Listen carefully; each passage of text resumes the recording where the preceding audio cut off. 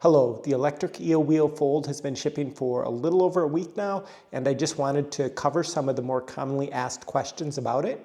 One of the common questions I get are about some spare parts that come in the spare parts pack. So many of these parts are pretty obvious, but these ones in particular I get some questions about.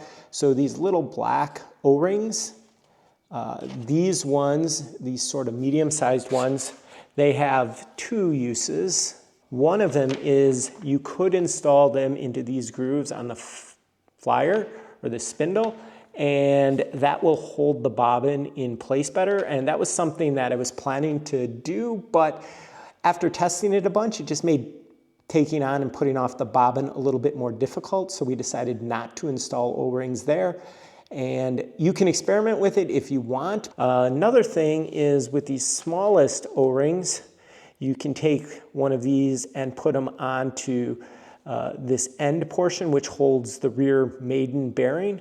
And normally yours will have two of these black O-rings installed. I took off one just so you can sort of see what it looks like when one of them is removed. But you would just sort of slip this on over the end here and fill in this groove if one were to ever break or wear out. So there's some spares there.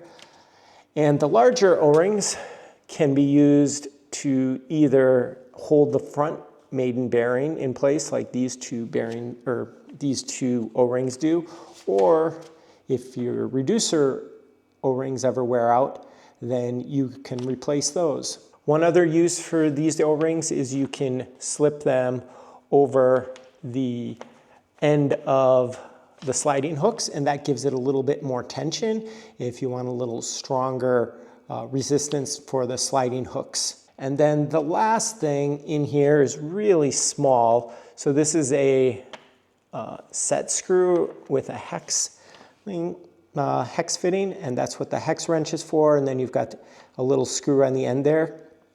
And there's two places where that's used on the electric eel wheel fold. One of them is here to hold the pulley on, and the other place that screw is used is there's two of them used on each flyer to hold the flyer arms in place. So if you were ever to lose one of those, you could use this replacement to repair it.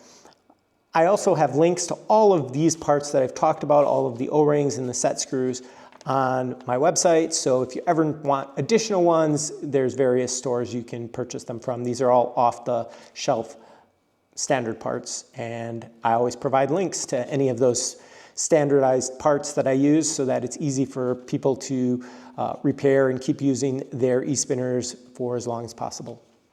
The next thing I wanted to talk about is a few people have asked if there's a way that they can make this back Maiden easier to put on and slide off.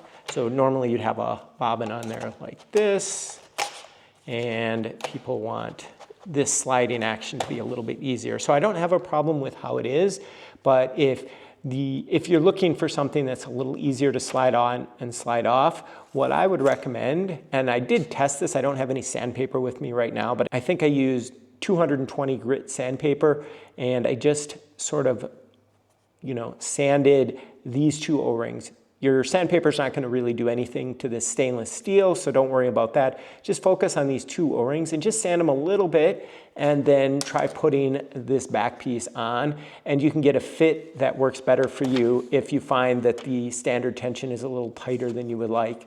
And as I mentioned before, you have spare O-rings, so if you end up getting it too loose or wanting to go back to the standard setting, you can just, I generally, to get these off, you can try to use a needle nose plier, but sometimes they just break when they're coming off, and that's another reason I included spares.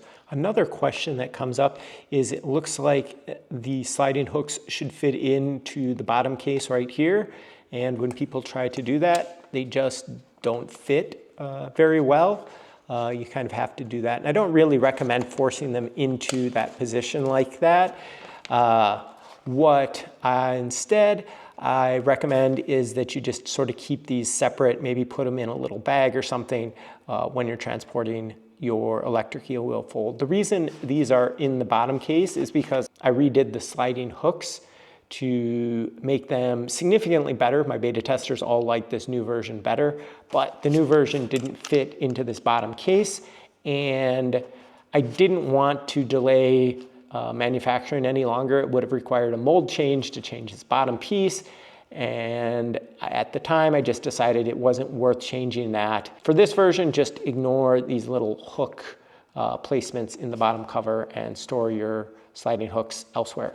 So the last thing I wanted to talk about is this display and how the controls of the flyer work. So this is displaying the RPMs of the flyer, and the control system that I use for this e-spinner is different than my past ones, where this one will actually change the motor's effort basically based on how much resistance there is to turning the motor. So if you're spinning bulky yarn or with a lot of tension, or you're spinning very fine singles with very little tension, it should always be getting about the same speed. When it says, you know, it's going for 1500 RPMs here, it's going to do that. And I can add artificial tension. You'll be able to hear it even in the motor, where I add a lot of tension there to the flyer, and it's still going to try. Ow, my finger was getting hot holding the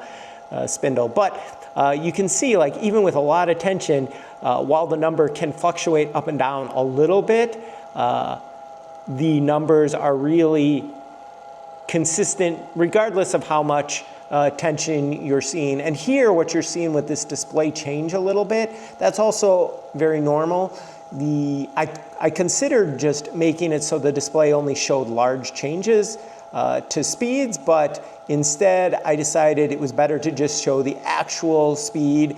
Even though that means that this screen's going to change a little bit, people are a little concerned that that's bad for the motor or something like that, and it is not. This is perfectly normal, and you're not going to notice these little speed variations. It's actually much more consistent than any of my past e-spinners, because the motor's actively trying to keep the speed very consistent. And that means that it might go up and down a little bit, but overall it's hitting a very consistent average RPM here. And another thing, I don't know if I can make this happen, but at very slow RPMs, it'll sometimes kind of slow down and speed up a little bit. And again, there it's just trying to hit an average, very slow speed here, so it's actually changing. But again, if you're to do something that tries to like slow down the motor by holding the flyer back, it's still going to try to keep that average speed. And so when you're spinning, you're not going to sort of notice that. And as soon as you get up to like 300 RPMs, then that kind of behavior goes away. And I'm just mentioning all of this so that people know that that's normal behavior for the electric eel wheel fold, and there's nothing wrong. It's not bad for your motor or anything. Everything's acting as expected.